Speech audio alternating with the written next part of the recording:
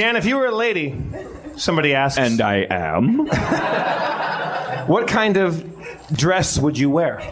Oh, that's a good question. If I were a lady, I think I would dress a lot like the beautiful red-headed poet girl from Head of the Class. I think I would have a kind of like Laura Ingalls Wilder, kind of bohemian Edie Brickell kind of. I think I'd wear a lot of very long skirts with. Now you're dating yourself. With tights and like a cardigan sweater. So you're like a horny Iceman, or your boner is frozen in like 1987. Oh man, it really is. I for pornography, while other people are going to the YouPorn and the Pornhub.coms, I will often. Believe me, I will go there too. But I will often go to YouTube and just type in like aerobics. And it's enough for me. Cynthia Caroluck was a Canadian fitness lady. And she was just 80s. She was in Cactus Bunch, wasn't she? She would always, she would pronounce a boot wrong and tell you how to exercise. But she'd wear like these like leotards and cross trainers and white socks and tights, pantyhose, whatever. What is your obsession with because I like stockings, but like for some reason tights less so. Like I can't qualify why that is, but you love tights and like leggings. And I like women. I like that they're soft and fun to touch. I want them to be. I like the. It's weird. Fetishes are weird because there's a logic to them to a certain degree, but then there's just some weird. I think something happened to me when I was 6 years old or something.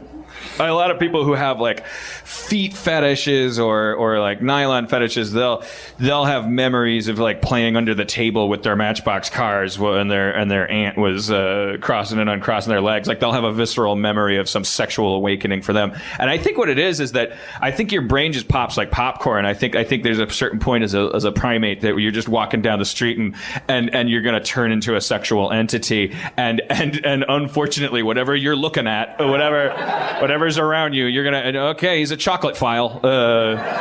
Wait, he's a Hersheyphile. I don't remember what year it would have been, but I'm pretty sure I drove one of my either my old crappy Volkswagen or my shitty Honda, and I drove you to Sunset and La Brea was it a Wendy's or an El Pollo Loco? This is a little embarrassing. Yeah, okay, go ahead. Yes, you drove me to buy. This is before the internet was really a thing. You drove me to buy. I had arranged. It was like going to a drug deal. I had arranged to buy VHS tapes from a guy who was in town who on the internet. The internet existed, but it wasn't like a place where you could watch video yet. That didn't happen until Rob Schraub and I invented it with Channel 101. And do you want to explain what VHS tapes are? They're these giant cassettes. Shut up. You drove me to a clandestine meeting with a guy who made videos of women just basically wearing like tights and pantyhose and hanging out. And you wouldn't even, it doesn't even count as pornography. Like there's a certain breed of video I watch where it's like it'll just be a woman at a desk just going like, "Hello, sir. Do you want me to hold your calls?" And then she just kind of crosses her legs and. That's called James Bond. And then they start disrobing, and I go, next day. But a guy, like, you got out of my car, and we're at the Wendy's or El Pollo Loco or whatever it was, it's Sunset in La Brea, and I'm waiting in the car, like, shit, something's about to go bad, man. I got a bad feeling about this. And a guy came out with a ratty old cardboard box full of VHS tapes. Well, because I'm not going to buy one, so I bought all of them. It wouldn't make sense to buy one. It's like, okay, how many do you have? And at the time, I was just kind of rolling in like Heat Vision and Jack money. Like I didn't know what to do. I was living in a 1-bedroom apartment in Hollywood. My rent was $550 a month, and I had like $300,000, just sitting in a pile. And I was like, what do I do? What do Wilcox apartment?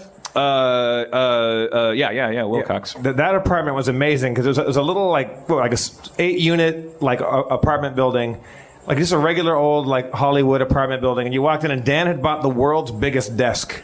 The desk was most of the room, right? Yeah, it really was almost as big as my living room. And Dan, at that point in his life, had decided he was going to be like Einstein and wear the same outfit every day. So yeah. Seth Brundle.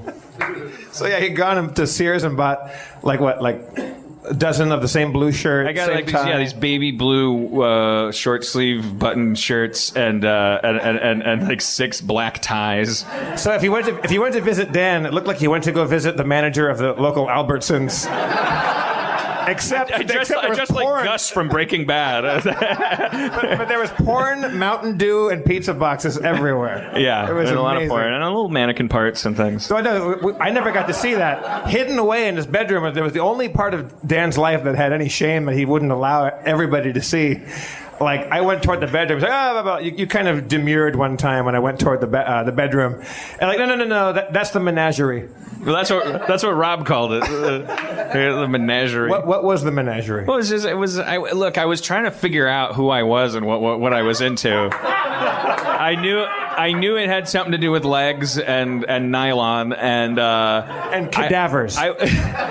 Well, you certainly would have a strong case for profiling me as a serial killer back then. I've since moved on, and I date human women now, and everything's fine. But I was like, well, my thing was, I was a serial monogamist. I kept getting in these relationships. I kept wasting women's time, and then it always ended in heartbreak. And I was like, I sure like jerking off, and if I can just figure out how to do it perfectly. If I can just be the Chuck Yeager of masturbation, if I can figure out what it is that really flips my switches, and then just be happy, that was the whole point behind getting the shirts and there was a reading Campbell's Hero of the Thousand Faces for the first time, and I was becoming obsessive. I was drawing circles everywhere and like trying to figure out this like simplify the story model. I was self-actualized. I admire that mannequin fucking Gus Fring serial killer. What comprised the menagerie? It was just at one point I bought a mannequin to see what that would be like. A full body mannequin. Yeah, because I thought. Where do you go to buy a mannequin? Online. It was like I ordered it from like a mannequin warehouse. Did you pretend to be like a fashion designer or something? I don't know. I fell back on the idea that what I was doing was so weird that no one would ever suspect. No one would ever go, "Hey, are you gonna fuck this?" Hey, who would think that? I'm weird. I bet that amounts to like 50% of their mannequin sales. I read stuff about. There's a whole branch of the fetish that's like, and there was a story in the paper. There's no such thing as paper anymore, but there was a story online I remember reading about a guy who got arrested because for the 3rd time or something he smashed a display window of a certain store. He was in love with a mannequin. There was one specific one that he kept abducting. And so, like he would rather break the law than go home without her. But did the mannequin keep escaping and go back to work? Why did he have to do it 3 times? Well, because as soon as there was no one around, she would turn into Kim Cattrall and. No, it was. I don't know. I think they would catch him because he was better at loving mannequins than he was a criminal. He wasn't. I mean, I don't think he was. If he was a good criminal, if his passion was for crime, he would have robbed a bank. He was just so horny for this mannequin that he was breaking glass and he was getting caught because it's probably hard to abscond with those things. Isn't there a mannequin in Silver Lake or Los Feliz that you have a thing for? Say what? Isn't there a mannequin that you have a little crush on? Well, no, that's McGathy's jealous of this mannequin on Hillhurst. There's a record store and there's a mannequin in the window that's like sitting in like a reclining chair and she's listening to headphones and she has a red wig on.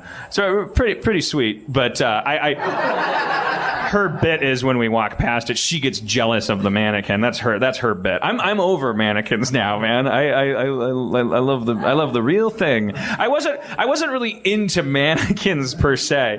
I was trying to become the most self-reliant man in the world. I was trying to as long as we're here, as long as we're down at the bottom of this fucking circle, I'll say it. I bought a real doll.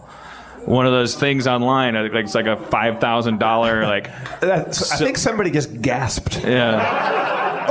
It's pretty extreme shit. It costs a lot of money, and then they send you a giant crate, and there's a fake woman in a box. And then It's a sex doll. I bought one. Rob Schraub and I didn't see you for 3 months. When you did, You had a big smile on your face.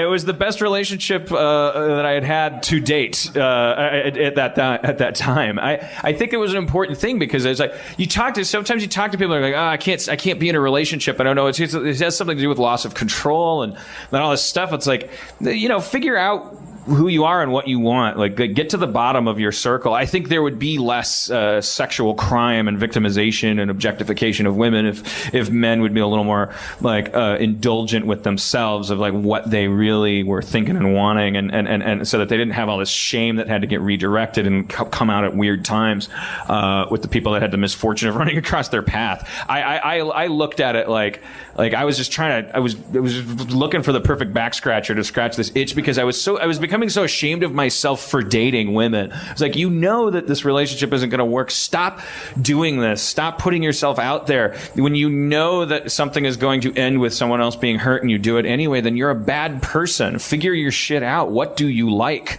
And the answer is Angora sweaters and nylon. So is that what you would wear? Was that what? If you were a lady, is that what you would wear? Yeah, I would do that too, but only at home. I wouldn't like go out in it. I would like roll around in the bed in it. Yeah. If I was a woman, I would just buy a bunch of outfits and roll around in the bed and look at myself in a mirror. But I think that's all guys would think that because they'd be like, oh, I'm a woman. I'm a human playboy. I was dating a girl one time and I told her I liked stockings, so she wore fishnet stockings. And during the course of our intercourse, they were torn a little bit. So the next morning she left my apartment and then she threw them out in the trash can by my bed. So she left and went to work, and I'm there, and there's these stockings in there, and I had never put stockings on before, and I thought, I'm into stockings. Let's if I'm going to jump in the pool, let's touch the bottom. Let's find out. I'm not gonna not put them on and wonder if maybe that's where I'm going with this. That's what I'm saying. If I'm Tim Curry from Rocky Horror. Well, why are you expressing all this I'm not. dismay and wonderment at my... That's what I was doing. I was trying to figure out, like, where does this lead? Where does this end? Where does this go? So I put them on, and, it felt pretty good, You put them on and it feel kind of sexy. Like, that's part of what stockings are about. I don't know why I like them so much, but I put them on. But like, I've got knobby knees and I got hairy legs. They didn't look good. I didn't have sexy legs, but they felt kind of good putting on. And like, I was like, oh, that's cool. I like that. I like them better on women's legs than my own. So I took them off. I posed and primped and preened a little bit in front of the mirror. I gave it the full college try, and then I took them off and I threw them out. And I told my girlfriend, I said, I pulled your stockings out of the garbage and I tried them on. She's like, God damn it, I knew it! I knew it! I was going to take them with me. I knew you'd put them on. I was like, All right. yeah. I didn't like it.